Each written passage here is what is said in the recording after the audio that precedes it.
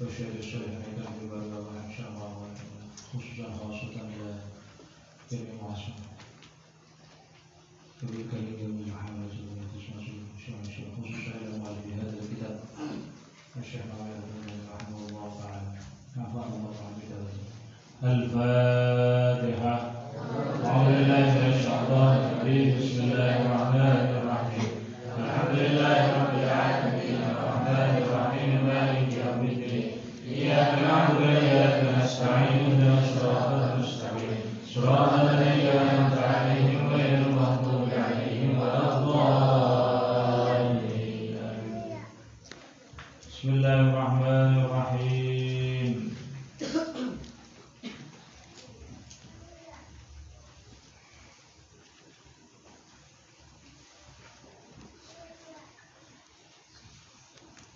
Wa'lam lan warwasiro Wa'lam lan warwasiro annal iman astune iman Annal iman astune iman billahi kelawan Allah iku ala salasati aksamin ing atase 3 bagian.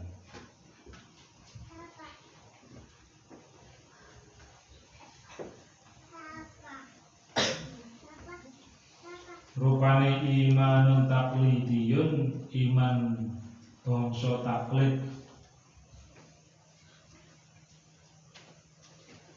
wa imanu tahqiqiyun lan iman bangsa tahqiq wa imanu istidlaliyun lan iman bangsa dalil.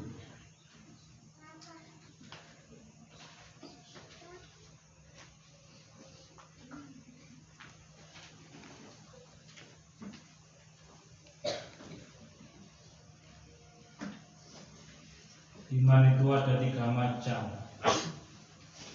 Ada yang sekedar ikut-ikutan, berarti taklid. Ada yang secara tahqiq. Ada yang imannya itu melalui dalil. Penjelasannya sekarang. Fataklidiyu utawi bangsa taklid.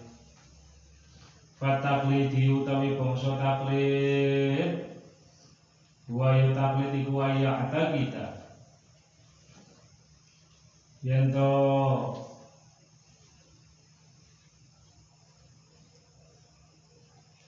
yakinaken sapa wong bi wahdaniyatillahi ta'ala kelawan sifat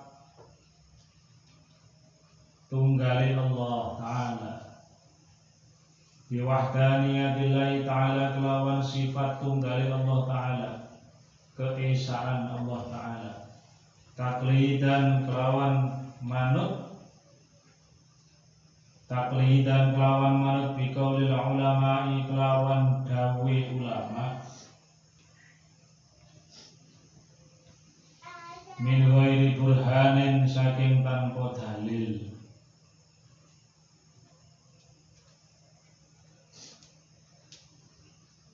Ini imannya kebanyakan orang, yakni iman meyakini keesaan Allah, bahwa Allah adalah Tuhan Rabbul Alamin.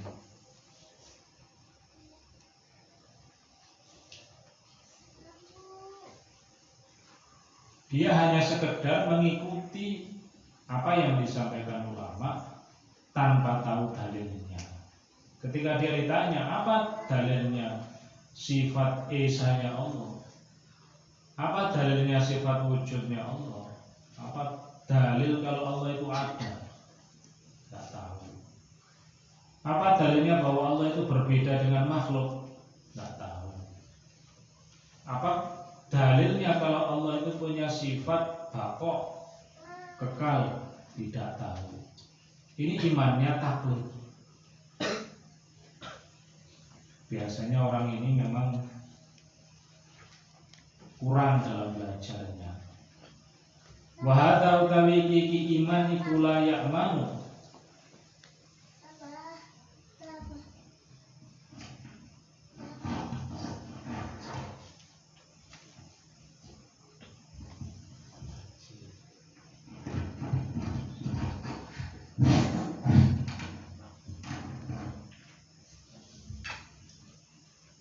iku layak man ora iman apa layak man ora aman apa hadza.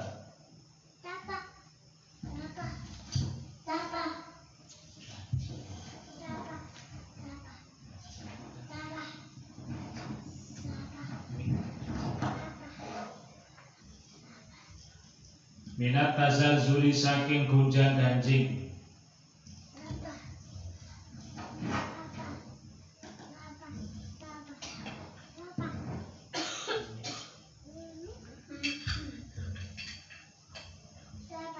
Bitaskiki musyakikin.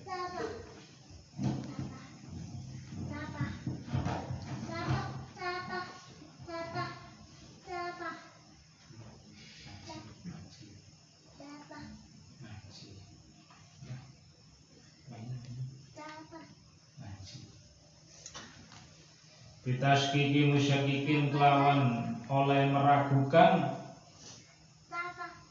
seseorang.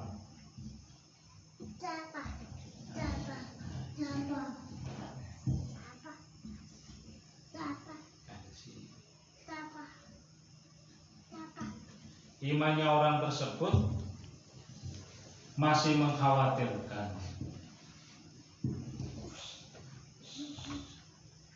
dan tidak ada jaminan selamat ketika muncul berbagai macam keraguan-keraguan.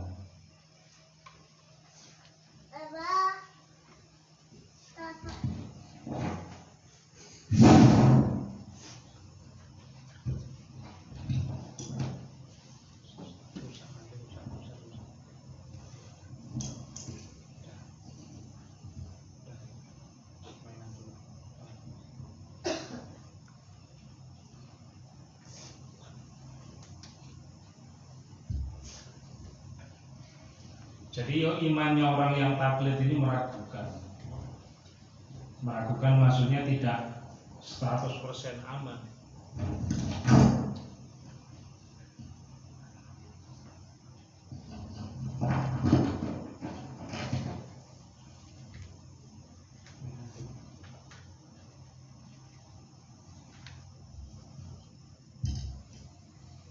Jika ada hal-hal yang mungkin bisa membuat dia ragu karena dia tidak punya dalil yang kuat, maka bisa-bisa imannya guncang.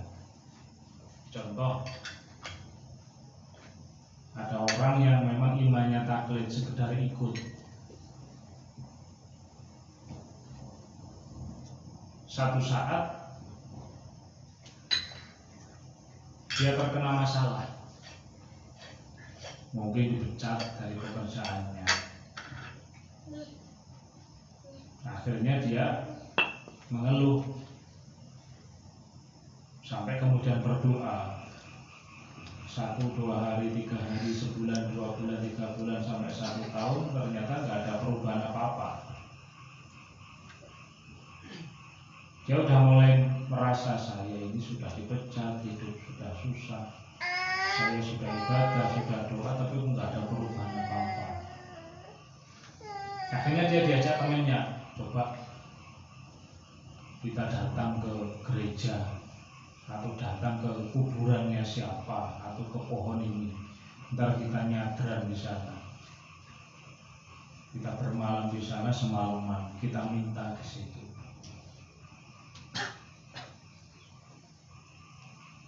Udah, akhirnya saya di sana sudah semalaman begadang di bawahnya pohon.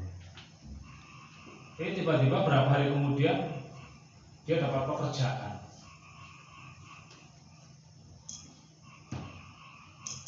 Dia akhirnya meragukan, saya bertahun-tahun doa sama Allah nggak ada hasil. Begitu saya langsung dekat sama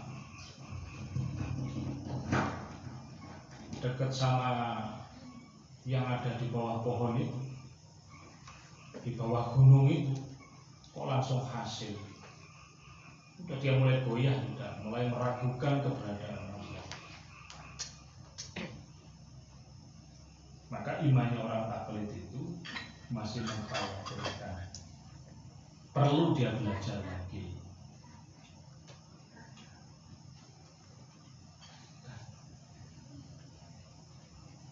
Bismillahirrahmanirrahim. Wal hakiki utawi iman hakiki iku ayatwiya yen to memenuhi sapa wong qalbahu ing atine man ing atine wong ala wahdaniyatillah ing atase sifat tunggale Allah taala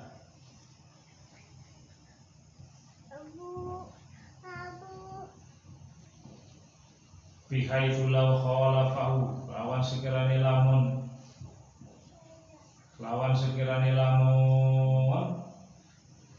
nulayani ing wong sapa ahlul ilmi ahli ilmu ahli ilmu fima ing dalam perkara tawa kang memenuhi sapa wong alaihi ngatasi ma qalbahu ing atine wong lama wujida mongko ora den temu fi qalbihi dalam atine wong apa zalatun kepleset.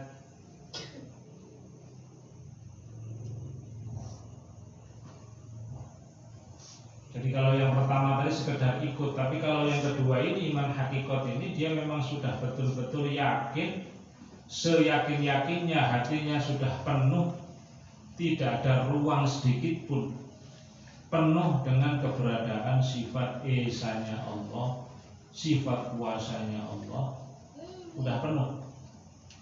Saking penuhnya seandainya ada orang yang mencoba mengganggu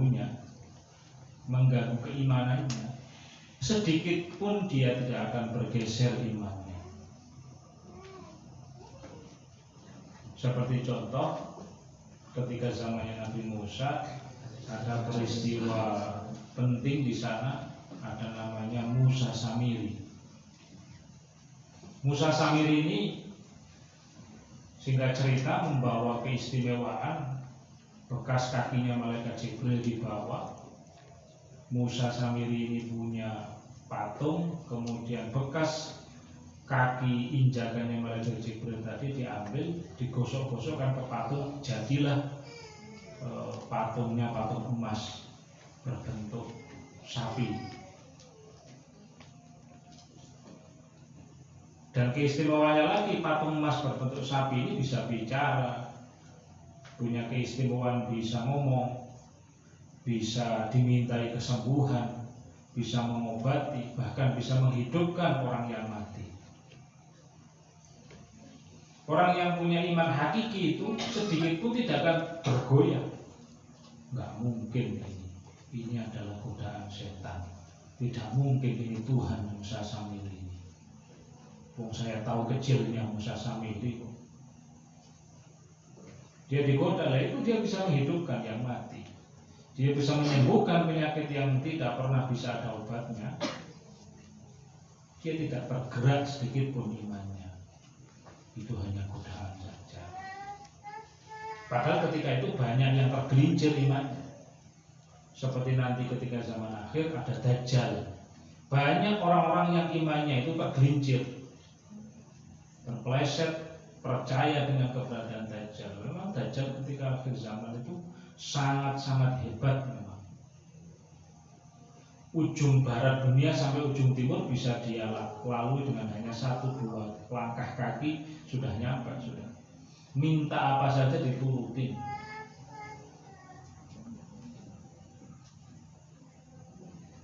Tapi kalau orang yang punya iman hakiki, sedikit pun dia tidak akan bergeser imannya. Tapi orang iman hakiki ini nggak pakai dalil.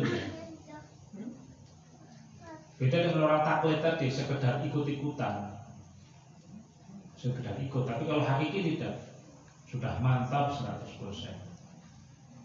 Nah yang aman yang ketiga ini, wal istidlali utawi iman istidlal, ini yang kalian tempuh hari ini. Wal istidlal kaiman istidlal wa yustidlal ku ayastadillah yen to amrih dalil sapa wong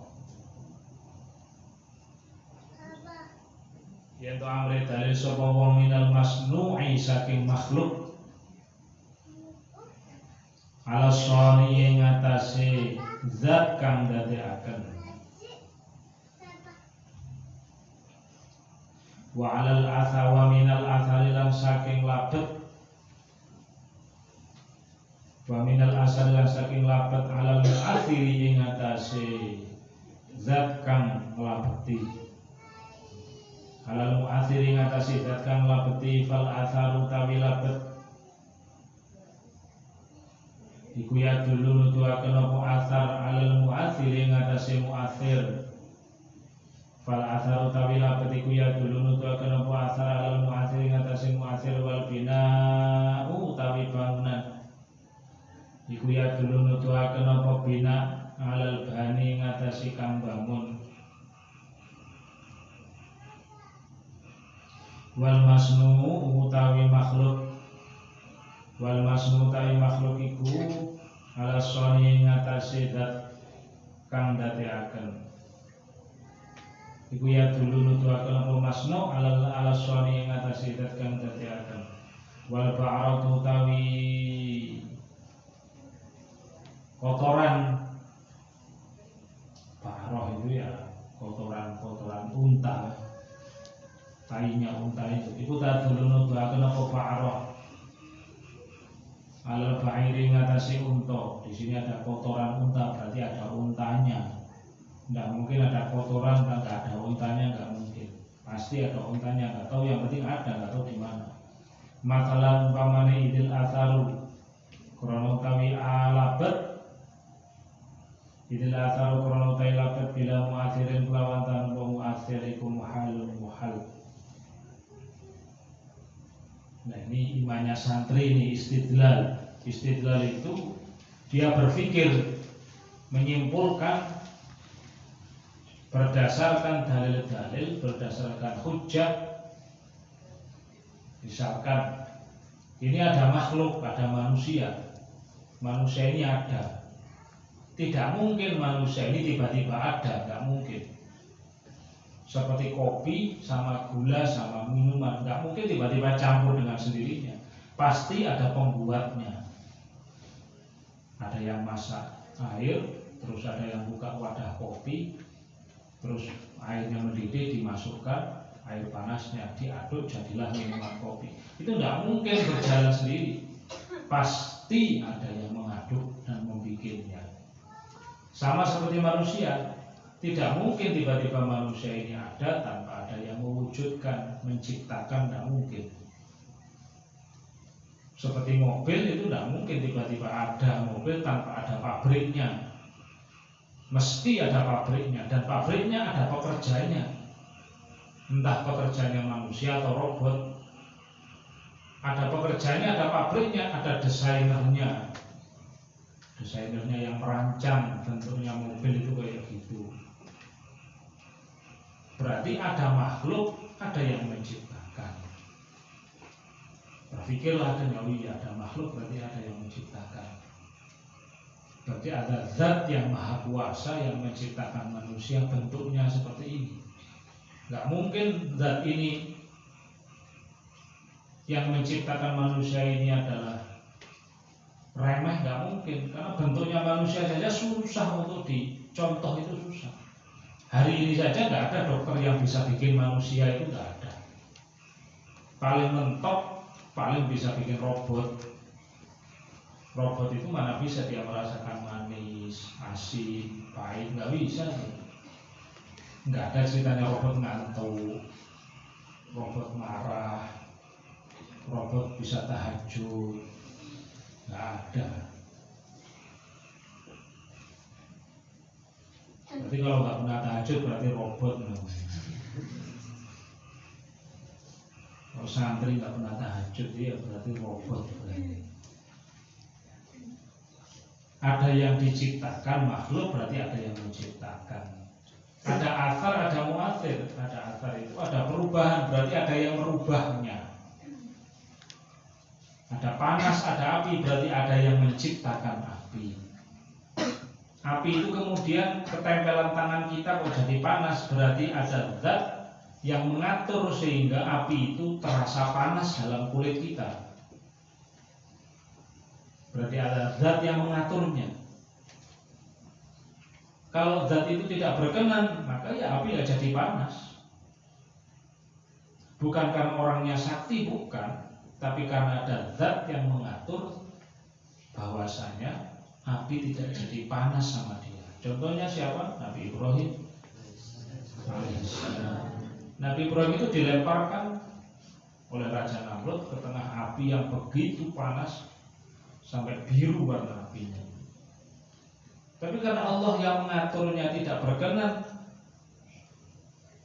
api tidak berpengaruh sedikit pun, maka jadilah api itu nggak panas. Ya narukuni barda wa salaman ala Ibrahim. Wahai api, jadilah kau ini barda, dingin, wasalaman, dan selamat. Berarti ini ada namanya athar mu'athir. Ada pengaruh, ada zat yang mengaturnya sehingga dia berpengaruh. Ada pisau, ada kulit. Kalau pisau digosokkan ke kulit, kulitnya luka. Itu kalau zat yang mengaturnya berkenan.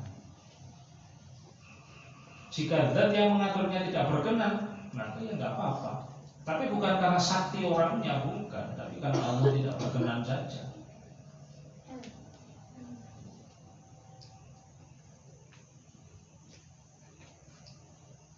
Seperti kata apa yang disampaikan oleh Nabi Isa alaihissalam, wa ubrihul akbaha wal abrasa bi idzni. Saya bisa menyembuhkan orang yang penyakit lepra dan penyakit yang parah karena seizin Allah. Wa ahyil mauta bi idzni. Dan aku bisa menghidupkan orang yang mati karena seizin Allah. Berarti bukan karena hebatnya Nabi Musa, tapi karena izinnya Allah. Itu namanya athar mu'athir. Maka sebagai orang beriman jangan mengartikan bahwa sesuatu itu punya kekuatan tersendiri, bukan, tapi karena memang Allah sudah mengaturnya demikian rupa. Jadi dalam ilmu tauhid itu nggak ada orang sakti, namanya nggak ada. Karena Allah mengizinkan, karena Allah tidak mengizinkan, hanya itu. Ada Nabi kita, Nabi Muhammad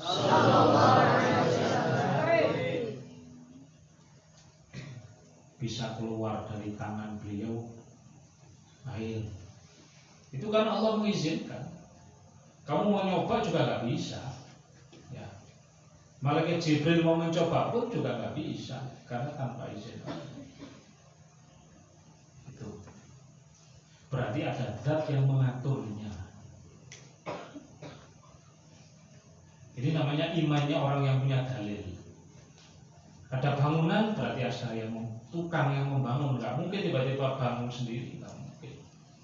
Entah yang membangun itu manusia atau yang membangun jin, pasti ada yang membangun, atau malaikat. Ada makhluk, berarti ada yang menciptakan. Ada kotoran tai itu berarti ada hewannya. Ini kalau hewannya kayak begini berarti sapi. Ini kotorannya kerbau, berarti ada kerbaunya. Ya, ada kotoran manusia, berarti ada manusianya. Karena tidak mungkin terjadi satu pengaruh tanpa seizin, itu muhal terjadi. Seperti contoh obat. Obat itu tidak karena memang kemampuan obat tersendiri, bukan. Kalau obat itu bisa mujarab dengan dirinya sendiri, niscaya nggak ada rumah sakit, cukup minum obat penyakit sembuh semua. Nyatanya kan tidak. Ada penyakit yang nggak sembuh, padahal obatnya sama.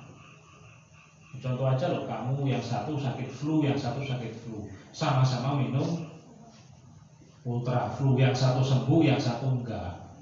Berarti itu tandanya bukan obatnya, tapi izin dari Allah. Sama penyakitnya, sama obatnya, tapi yang satu sembuh, yang satu tidak. Itu. Jadi coba diangan-angan itu. Jadi makanya bukan obat yang menyembuhkan. Kata Nabi Ibrahim alaihissalam, wa idza maridtu fahuwa yashfi. Ketika aku sakit, maka Dia Allah lah yang menyembuhkanku. Bukan obat, bukan dokter. Kalau semua obat menyembuhkan, enak sudah. Obat flu, minum obat flu, sembuh sudah. Berarti obat flu paling di dunia cuma satu, nggak ada macam-macam. Nyatanya obat flu macam-macam kan, ada Decolgen, ada Konit, ada Ultraflu, ada Sanaflu, ada macam-macam obat kan. Obat batuk aja macamnya ada berapa puluh obat batuk. Obat kulit macam-macam, obat mata banyak macam-macam. Kalau seandainya obat itu bisa menyembuhkan, saya kira ya cuma satu obatnya dan sama di dunia. Ternyata tidak. Ada kalanya sembuh, ada kalanya tidak. Namanya saja obat. Dibawa ke rumah sakit, kadang sembuh, kadang mati. Banyak. Dibawa ke rumah sakit, kadang nggak sembuh-sembuh, sebulan, 2 bulan, 3 bulan. Dibawa pulang, cuma dipijit tukang urut sembuh. Banyak. Ada yang diurut nggak sembuh-sembuh, malah mati. Banyak. Jadi kalau jadi tukang urut jangan merasa hebat. Saya ini paling hebat. Orang nggak sembuh-sembuh, di mana-mana bawa ke saya diurut sembuh. Banyak orang yang diurut malah sakit semua, banyak. Ya itulah makanya imannya orang yang mencari dalil tadi itu, istidlal itu imannya santri ya. Belajar melalui belajar. Maka imannya santri itu yang melalui belajar itu, belajar Aqidatul Awam, Dijamuroni, Jawahirul Kalamnya, terus naik lagi Ummul Barohin, Syarah Dasuki, dan seterusnya. Kitab ini termasuk salah satu kitab tauhid. Nah, yang penting imannya orang yang istidlal itu yang kebanyakan yang insya Allah selamat ini. Mas'alatun Idza qila nalika den ucapaken, idza qila nalika den ucapaken laka maring sira, wa kaifa tu'minu billah, wa kaifa lan iku kaya apa, wa kaifa lan kaya apa tu'minu iman sira, tu'minu iman sira billahi kelawan Allah. Bagaimana cara kamu iman kepada Allah? Apa hanya sekedar percaya? Apa sekedar saya percaya Allah itu ada? Apa cukup begitu? Ini keterangannya. Fal jawab utawi jawab iku antakula yang mengucap sapa sira. Iku antakula yang mengucap sapa sira. Innallaha ahadun hayyun alimun qadirun muridun sami'un basirun mutakallimun. Innallaha sunna Allah Ta'ala iku ahadun kang tunggal.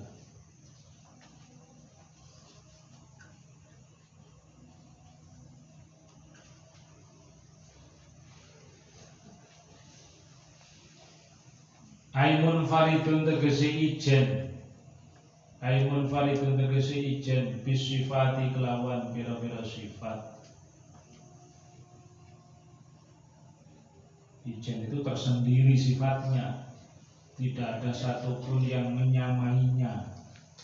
La musyarikun, ora ana kang ngikutoni.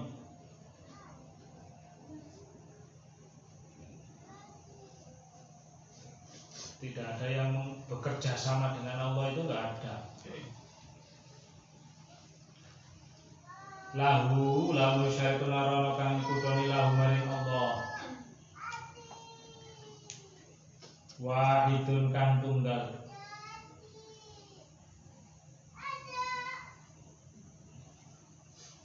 Aimun faridun tegese tunggal bidati kelawan zat. Jadi zatnya Allah itu satu, nggak kayak manusia. Namanya manusia itu tersusun dari berbagai macam organ tubuh, ada kepala, ada tangan, ada kaki. Tangan pun juga tersusun dari ada kulit, ada tulang, ada darahnya, ada sarafnya. Tulang pun tersusun, ada namanya kalsiumnya, ada zat fosfornya, ada lubang-lubang tulangnya, ada persendian tulangnya. Tersusun dari berbagai macam susunan manusia, tapi tidak dengan Allah. Bidzatin kelawan zat la syarika ora ono sekutan lahu kedue Allah. Betul-betul tunggal Allah itu satu esa. Allah juga tidak bekerja sama, nggak ada yang bekerja sama Allah. Untuk menurunkan hujan, tidak perlu sebenarnya Allah bantuan malaikat, langsung saja Allah bisa. Terus kenapa kalau Allah menciptakan malaikat? Itu sebagai satu bentuk maha besarnya Allah. Seperti seorang raja itu, raja itu kan ya punya menteri punya bawahan. Misalkan raja itu punya menteri pertahanan. Menteri pertahanan punya bawahan namanya jenderal TNI, angkatan darat, angkatan laut, angkatan udara. Jenderal angkatan laut, angkatan udara punya bawahan. Ada prajurit perang pakai senjata, ada yang tank, ada yang kapal, ada yang perahu, ada kapal perang. Prajurit perang bawahan tadi itu yang punya pistol tadi itu macam-macam. Ada yang pangkatnya ini itu. Masa presiden raja itu ngurusin senjata satu-satu, tiarap kan juga tidak, ya enggak? Raja itu apakah nanti kamu pernah lihat apakah raja itu ikut tiarap pelatihan perang tembak-tembakannya juga nggak perlu, cukup diurus sama yang kerucil-kerucilnya tadi. Kerajaan itu punya pesawat tempur. Pesawat tempur itu ada pilotnya, ada yang nyuci pesawatnya. Masa raja nyuci pilotnya, nyuci kapal terbangnya juga tidak. Itu sekedar persamaan saja. Maksudnya apa? Jadi sebenarnya Allah itu tidak perlu bekerja sama dengan malaikat untuk menurunkan hujan, membunuh mencabut nyawa, menurunkan wahyu. Enggak kerjasama dengan malaikat, bukan. Allah sendiri sebenarnya bisa semua. Innallaha qadirun ala kulli syai'. Allah itu maha kuasa atas segala macam hal. Tapi itu bentuk kebesaran Allah saja. Hayyun kang maha hidup. Hayyun kang maha hidup, bihayatin kelawan kehidupan, qadimatin kang dahulu, qaimatin kang jumeneng, bidzati kelawan dzati Allah, qaimatin kang jumeneng bidzati kelawan dzati Allah, la biruhin ora kelawan ruh. Allah itu maha hidup dengan kehidupannya sendiri. Tidak seperti kehidupannya manusia ini, perlu ada namanya ruh. Hewan juga sama, ada rohnya. Roh inilah yang menentukan hidup tidaknya. Meskipun anggota tubuhnya komplit, kepala komplit, mata komplit, tangan komplit, semua komplit, tapi kalau rohnya tidak ada, ya mati. Berarti hidupnya ditentukan oleh ruh. Itu manusia, itu hewan, binatang. Tapi Allah tidak dengan model seperti itu. Tidak seperti mainan juga. Mainan itu komplit. Seperti mainan mobil-mobilan itu ada bannya, ada mobilnya komplit. Tapi syaratnya harus ada baterainya. Ya kan? Ada akinya. Sudah komplit nggak ada baterainya, ya nggak jalan. Berarti hidupnya mainan itu tergantung baterai, tergantung aki. Kayak manusia hidupnya tergantung rohnya, itu makhluk, tapi Allah tidak semacam itu. Alimun kang maha mengetahui, alimun kang maha mengetahui bi ilmin kelawan ilmu qadimin kang dahulu,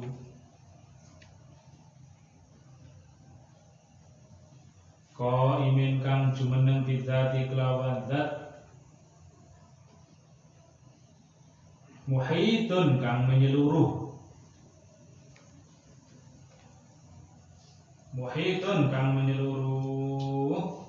bil wajibi kelawan wajib, wal jaizi lan jaiz, wal mustahil lan mustahil. Maha mengetahui dengan ilmu yang ada pada zatnya Allah. Ilmu ini mencakup segala macam hal, baik yang sifatnya wajib, jaiz maupun mustahil. Jadi berkaitan semuanya. Dan ilmunya Allah itu sama, tidak seperti kita. Kalau kita mengetahuinya itu harus belajar. Tanpa belajar kita nggak tahu. Contoh, kalian nggak pernah belajar, disuguhi kitab kayak begini ini kosong, mana bisa baca? Ya nggak bisa kan? Kalian nggak pernah belajar Iqra, nggak pernah belajar Quran, dikasih Al-Quran suruh baca, ya nggak bisa. Berarti ilmunya manusia itu harus melalui belajar. Ilmunya manusia itu melalui proses. Nggak bisa tiba-tiba masuk ilmu, nggak bisa, ada prosesnya. Contoh, kalian belajar nulis. Prosesnya apa? Kalian harus punya mata, kalian harus punya tangan, kalian harus punya telinga, harus punya indera perasa. Coba kalau mata nggak punya, mana bisa kalian belajar nulis?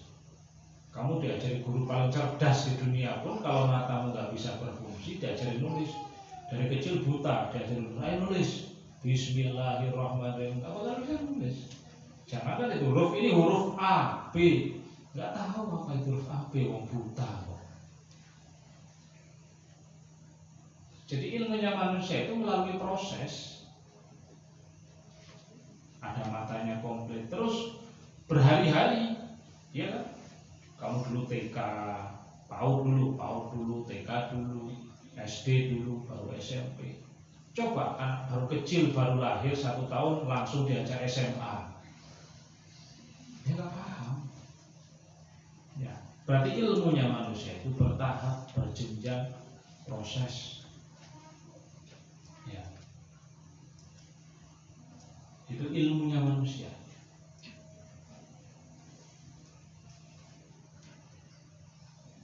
Makanya manusia itu disebut hayawanun natikun. Hayawan, hewan, karena manusia itu golongan hewan, natikun yang bisa berpikir. Menurut ulama ahli mantek itu manusia tergolong hewan yang bisa berpikir. Maka gunakan pikiran kalian untuk belajar. Kalau kalian punya pikiran tapi nggak pernah dipakai, maka namanya hayawan saja. Ya enggak? Manusia itu ada 2. Jadi hayawanun natikun. Manusia itu adalah hewan yang berpikir. Maka gunakan akal pikiran kalian untuk berpikir, untuk belajar. Makanya di pesantren ini gunakan akal kalian untuk berpikir, belajar. Kalau ada manusia tidak mau berpikir, tidak mau belajar, berarti tinggal hayawan saja. Berarti dia sama dengan hewan. Jadi kalau ada manusia tidak mau berpikir, tidak mau belajar, ya hewan berarti dia. Nah, dikit lagi. Qadirun kang maha kuasa. Qadirun kang maha kuasa bi qudratin kelawan kekuasaan. Bi kudratin kelawan kekuasaan qadimatin kang dahulu, qadimatin kang dahulu, qaimatin kang jumeneng,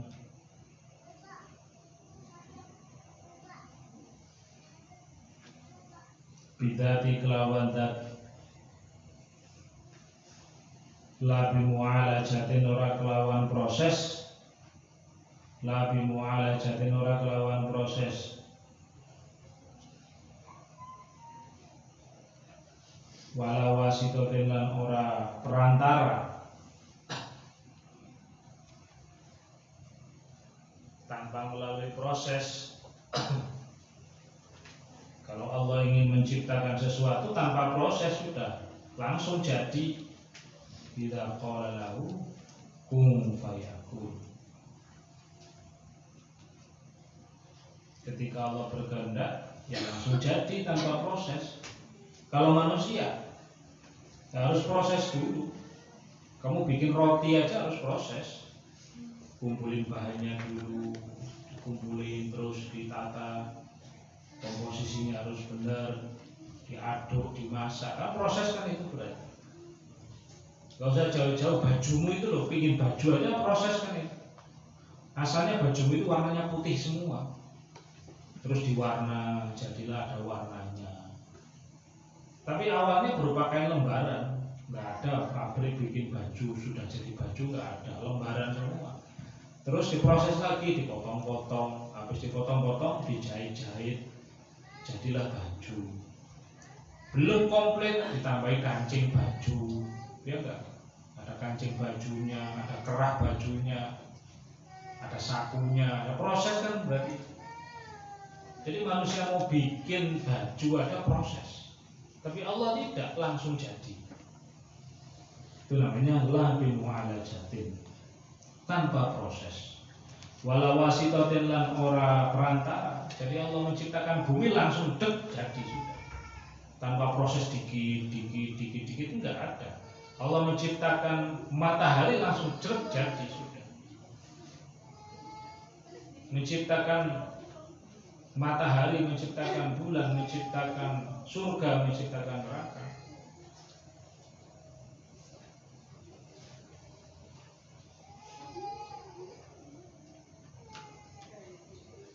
Innama amruhu idza arada syai'an ayyaqula lahu kun fayakun. Langsung jadi tanpa proses, tanpa perantara juga, nggak pakai alat. Tapi kalau manusia pakai alat, layal hakuha, ora tetemu ing wasito, layal hakuha ora tetemu ing wasito, apa aja zon lemah. Amatu ta'alluqi kang umum hubungane. Sifat qadirun tadi itu amatu ta'alluqi kang umum hubungane lil mungkinati maring pira-pira perkara kang mungkin, berkaitan dengan perkara-perkara yang mungkin bisa terjadi, mungkin tidak. Muridun fi radatin qadimatin wallahu a'lam bishawab. Rabbi yassir li ya yassarna